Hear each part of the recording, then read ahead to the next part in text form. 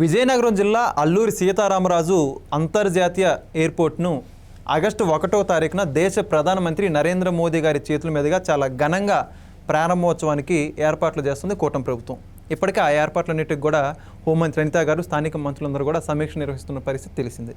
అయితే వైఎస్ఆర్సీపీ అధికారంలో ఉన్నప్పుడు శరవేగంగా పను కొనసాగించారు. దానికి సంబంధించి ఏదైతే జగన్మోహన్ రెడ్డి గారి కృషి దాంట్లో ఉంది, దాన్నే ఇప్పుడు కూటమి ప్రభుత్వం ఓపెన్ చేస్తుందని చెప్పేసి కొంతమంది బ్యాచ్ ఇప్పటికే సోషల్ మీడియాలో రంగంలోకి దిగడం జరిగింది. నిజంగా భోగాపురం అంతర్జాతీయ విమానాశ్రయం వైఎస్ఆర్సీపీ ప్రభుత్వ హయాంలో ఎలా ఉండేది, కూటమి ప్రభుత్వం వచ్చాక దాన్ని ఎలా తీసుకెళ్ళిందో మరింత విశ్లేషణ తెలుసుకోవడానికి మనతో పాటు ఉన్నారు ఆంధ్రప్రదేశ్ రాష్ట్ర కమ్మ కార్పొరేషన్ డైరెక్టర్ అడిసిమిల్లి శ్రీనివాసరావు గారు. సార్ నమస్కారం అండి. నమస్కారం. మొత్తానికి కూటమి ప్రభుత్వం వచ్చాక 2 సంవత్సరాల్లో మరొక మణిహారం లాంటి ప్రాజెక్టు ఉత్తరాంధ్ర ప్రజలకు సంబంధించి చిరకాల స్వప్నం అది. అల్లూరి సీతారామరాజు ఇంటర్నేషనల్ ఎయిర్పోర్టు చంద్రబాబు నాయుడు గారు కావచ్చు, రామ్మోహన్ నాయుడు గారు కావచ్చు, చాలా ప్రెస్టీజ్గా తీసుకొని 2 ఇయర్స్లో కంప్లీట్ చేయడం నిజంగా హిస్టరీ అని చెప్పుకోవాలి. అయితే వైఎస్ఆర్సీపీ మాత్రం దీంట్లో కూడా అడుగుపెట్టి మా జగనన్న హయాంలో జరిగిన కృషే ఇప్పుడు మీరు వాటన్నిటిని ఓపెన్ చేయడం అని చెప్పి చెప్పుకుంటూ వస్తున్నారు. వాస్తవానికి రియాలిటీ ఏంటంటారు అక్కడ? థ్యాంక్ యూ జగనన్న అనలేదా? పెట్టారండి, కామెంట్ అన్నీ ఉన్నాయండి. అవును, థ్యాంక్ యూ జగనన్న అని కామెంట్స్ వస్తున్నాయా? అవును, ఖచ్చితంగా థ్యాంక్స్ చెప్పాలి జగన్కి.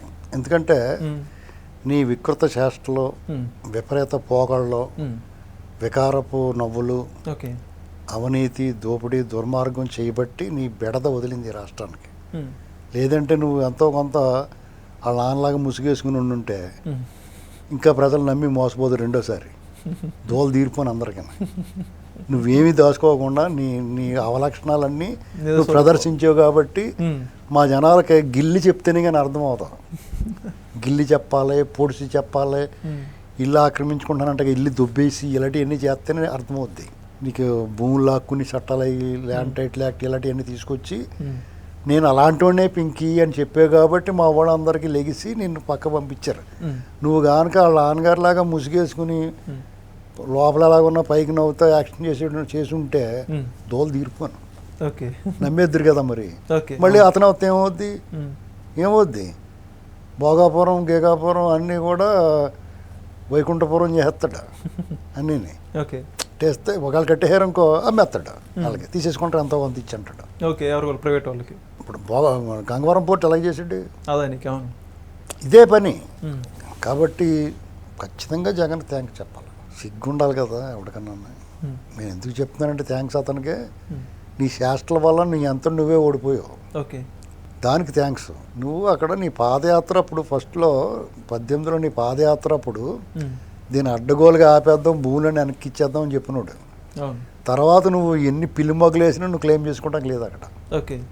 అక్కడ 5,000 ఎకరాలు కావాలంటే కాదు 2,000 ఎకరాలు అని చెప్పావు. తర్వాత వాళ్ళు నీతో సెటిల్మెంట్ చేసుకున్న తర్వాత పనులు కానిచ్చారు. వాళ్ళు నీతో ఖచ్చితంగా సెటిల్మెంట్ చేసుకున్నారు. నీకు కావాల్సిన సూట్ కేసు నీకు ఇచ్చిన తర్వాతే పని మొదలెట్టనిచ్చావు.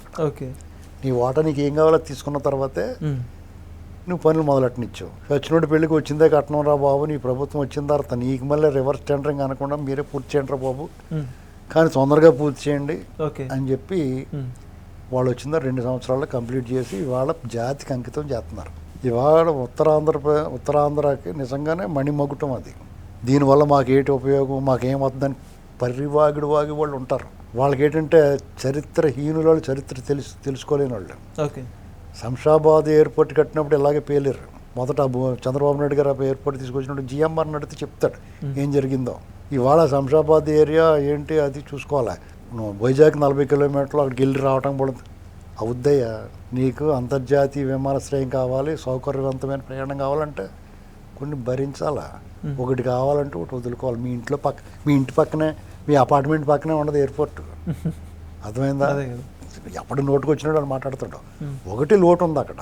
ఆ అంతర్జాతీయ విమానాశ్రయానికి హైవేల నుంచి కనెక్టింగ్ రోడ్లు కంప్లీట్ అవ్వలేదు. ఇంకా శరవేగంగా 45 కోట్లతోటి ఇప్పుడు నిర్మిస్తున్నారు, శరవేగంగా నిర్మిస్తున్నారు. అది కంప్లీట్ చేయగలుగుతారు. అయితే ఇక్కడ ఆ ఎయిర్పోర్టు ప్రైవేటు జిఎంఆర్ఏ, అందులో డెఫినెట్గా వాళ్ళు అక్కడ ఇన్వెస్ట్ చేసిన దానికి మీద అక్కడ 60 లక్షల మందిని ప్లాన్ దిగుతారని ఒక అంచనా. ప్రయాణికులు సంవత్సరానికి ఒక 60 లక్షల, నెలకి 5 లక్షల మంది వరకు ప్రయాణికులు రాకపోకలు సాగిస్తారు ప్రాథమికంగా ఒక అంచనా వేసుకున్నారు. దానికన్నా ఎక్కువ ఉండొచ్చు. ఎందుకంటే పక్కనే ఒరిస్సా ఉంది, ఇటు అన్ని కనెక్షన్ బాగానే ఉంది అక్కడంతా. ఇంకోటి ఏంటంటే దానివల్ల ఇప్పుడు జిఎంఆర్ వల్ల కొన్ని ప్రచారాలు ఏం జరుగుతున్నాయంటే విజయవాడ అంతర్జాతీయంగా ఇంటర్నేషనల్ ఫ్లైట్లు దిక్కకుండా ఉండడానికి వాళ్ళు అడ్డం పడుతున్నారు. ఎందుకంటే శంషాబాద్ అయిందే, ఇదే అయిందే. ఇక్కడ విజయవాడ పెరిగింది అనుకోండి, ఎక్కువ అక్కడి నుంచి వెళ్ళి విదేశాలకు వెళ్ళి వాళ్ళు వాళ్ళకి ఇక్కడ దిగిపోయి అనుకో ఫ్లైట్లు అయినాయి, వాళ్ళు అటు ఇటు రాకుండా విజయవాడ నుంచి వెళ్ళిపోతారు అని చెప్పేసి ఇలాంటిది అయితే ఉంది. ఓకే, ఆ అపప్రదను కూడా, ఆ అపోహను కూడా తొలగించాలి ప్రభుత్వం అర్జెంటుగా. విజయవాడ నుంచి కూడా అంతర్జాతీయ ఫ్లైట్లు ఇప్పుడు దుబాయ్కి సింగపూర్కి ఇప్పుడు ఎలా కొన్ని తిరుగుతున్నాయి కదా, అది ఇంకా పెంచాలి. అక్కడ కూడా ఫ్లైట్లు దిగాలి. మెయిన్ అమరావతి ఎయిర్పోర్ట్ కట్టి లోపల గన్నవరం ఎయిర్పోర్ట్ని కూడా అభివృద్ధి చేయాలి. మన సెంట్రల్ మినిస్టర్ మనవాడు ఉన్నాడు కాబట్టి, ఆంధ్రప్రదేశ్ చెందినవాడు, తెలుగుదేశం పార్టీ కూటమి చెందిన వాళ్ళు ఉన్నారు కాబట్టి అటువంటి అపోహలు రాకుండా చూసుకోవాలి. అయితే అక్కడ కూడా సెకండ్ ఫేజ్ కాంట్రాక్ట్కి ఇచ్చారు, అది కంప్లీట్ చేస్తున్నారు. డెఫినెట్గా అక్కడ కూడా యాక్టివిటీస్ పెరుగుతాయి. ఇంకా ఏమైనా భోగాపురం ఎయిర్పోర్ట్ మన ఆంధ్రప్రదేశ్ మొత్తానికి చూసుకోవాలా. మన ఆంధ్రప్రదేశ్లో కూడా ఒక ఇంటర్నేషనల్ ఎయిర్పోర్ట్ ఉందని చూడాలి తప్ప కేవలం ఉత్తరాంధ్ర వాళ్ళకి లాభమని చూసుకోకూడదు. ఇది గుర్తుపెట్టుకోవాలి ఎవరన్నా. అర్థమైందండి. జగన్మోహన్ రెడ్డి కావాలంటే అతను లండన్ గట్ట అక్కడి నుంచి వెళ్ళొచ్చు, మళ్ళీ అక్కడే దిగొచ్చు. కానీ ఇది నేనే కట్టించాను అని చెప్పకూడదు. నేను ఇది కట్టడానికి అడ్డం పడ్డాను కానీ తర్వాత కొంచెం తీసుకుని మళ్ళీ వాళ్ళకే ఇచ్చానని చెప్పాలి. నువ్వు నిజాయితీపరుడు అయితే ఎంతో కొంత తీసుకునే ఇచ్చాను నేను తీసుకోకపోతే మా వాళ్ళు ఒప్పుకోరు, నాకు నిద్ర పట్టదు, ఎంతో కొంత తీసుకోవాలి. అసలు నేను మొత్తానికి లాగేసుకుంటాను, అలాంటివి లాక్కోకుండా కట్టనిచ్చాను, అందుకు థ్యాంక్స్ చెప్పండి అక్కడ. Okay, thank you.